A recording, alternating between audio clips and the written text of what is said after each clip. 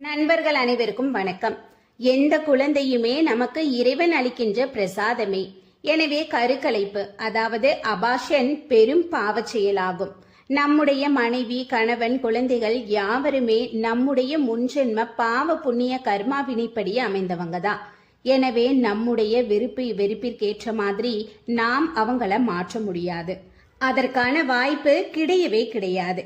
இல்லற வாழ்க்கை என்ற அறம்தான் முறையற்ற காம எண்ணங்களை நீக்கி ஒழுக்க முறையில் மனிதன் வாழ்வதற்கு வகை செய்யுது. எனவே திருமண வாழ்க்கை மட்டும்தான் முறையான ஒழுங்கு நெறியுடன் கூடிய அறம் நிறைந்த வாழ்க்கையாகும்.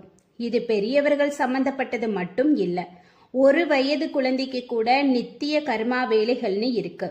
ஜீவசக்தி பரிமாற்றத்திற்கு இந்த ஒரு வயதுக்குள் உள்ள குழந்தைகள் பங்கு ரொம்ப முக்கியம். இறைவன் இந்த குழந்தைக்கு கூட நிறைய பணிகளை அளிச்சிருக்காரு. அது எப்படின்னா, ஒரு